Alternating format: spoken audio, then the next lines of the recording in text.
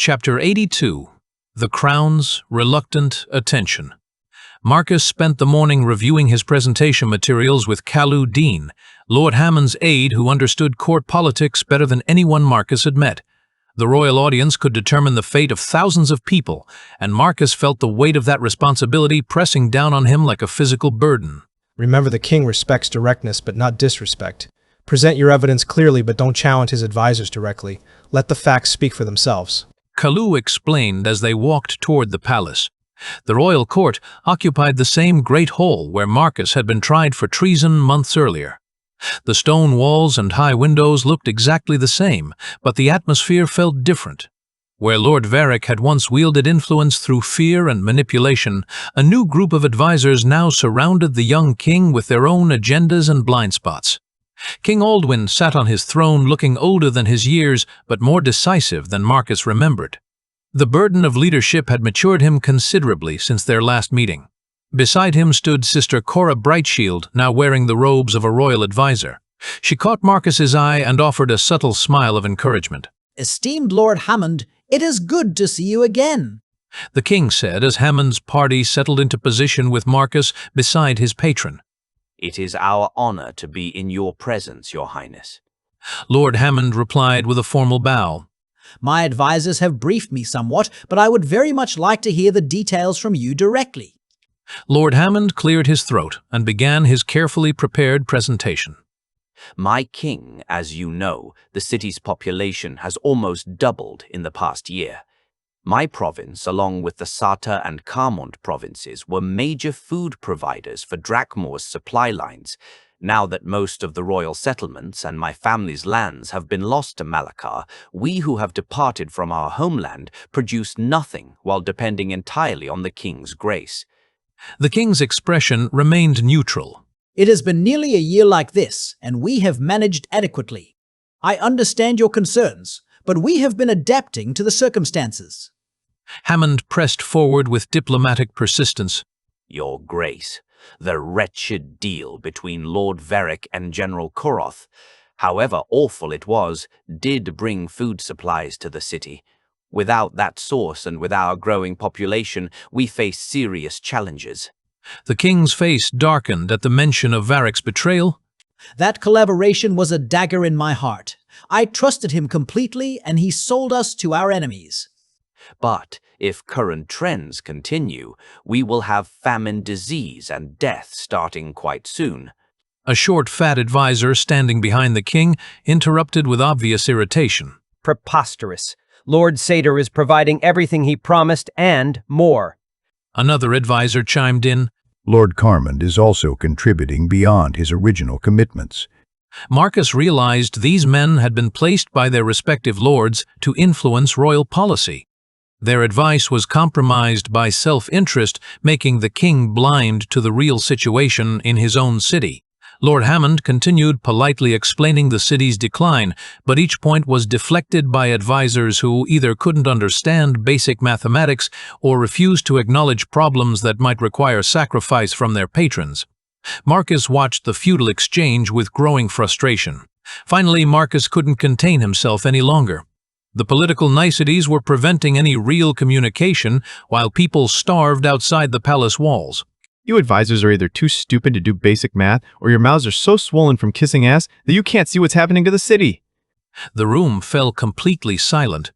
Even the guards stopped moving. Lord Hammond turned to Marcus with obvious dismay. I apologize deeply, my king. Our brief interactions made you seem intelligent.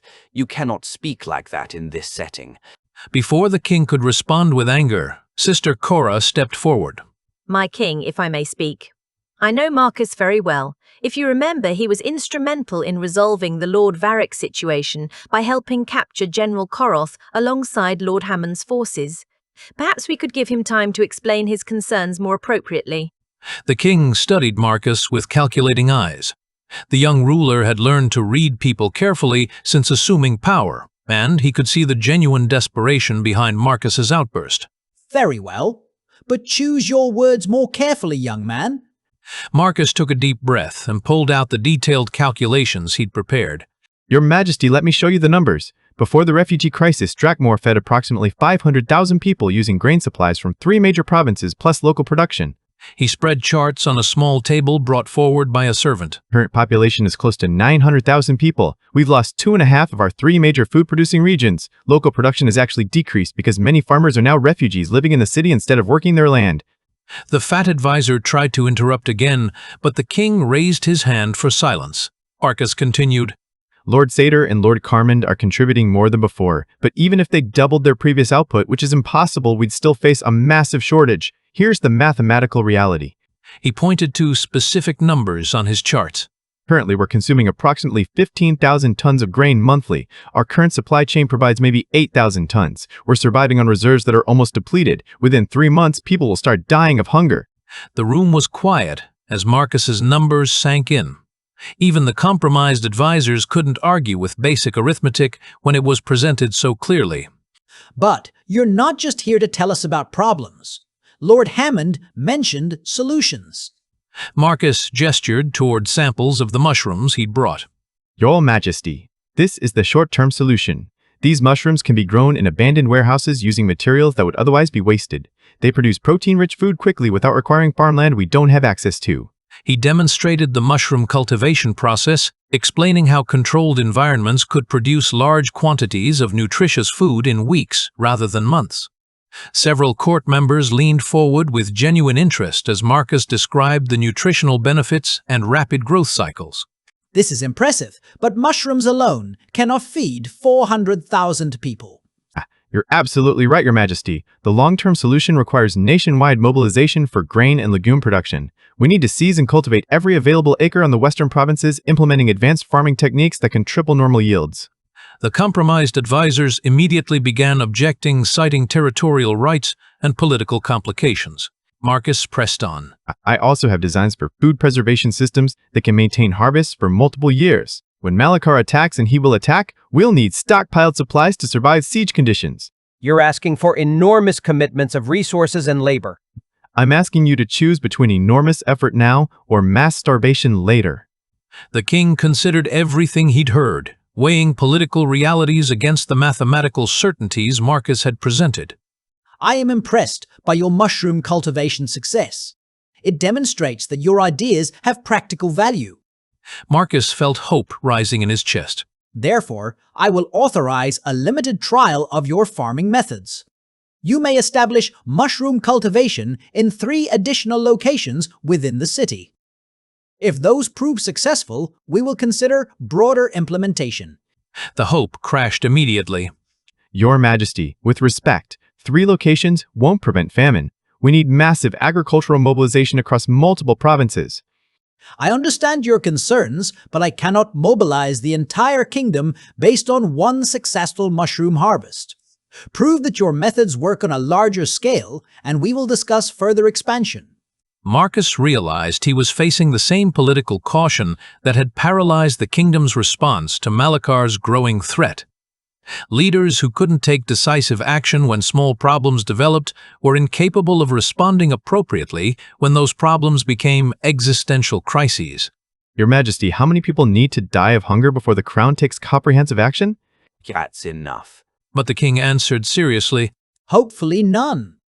But I cannot risk destabilizing the entire kingdom for problems that might resolve themselves through other means. As they left the royal court, Marcus felt both frustration and determination. The limited authorization was better than nothing, but nowhere near sufficient for the challenges ahead.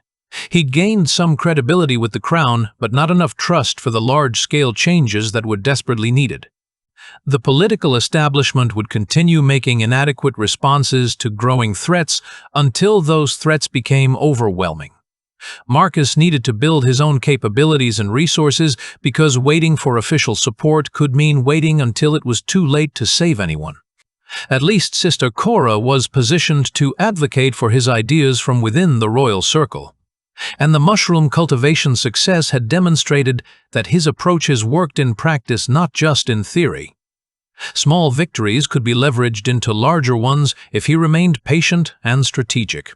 The crown's reluctant attention was better than being ignored entirely. But Marcus was learning that sometimes you had to save people despite their leaders, not because of them.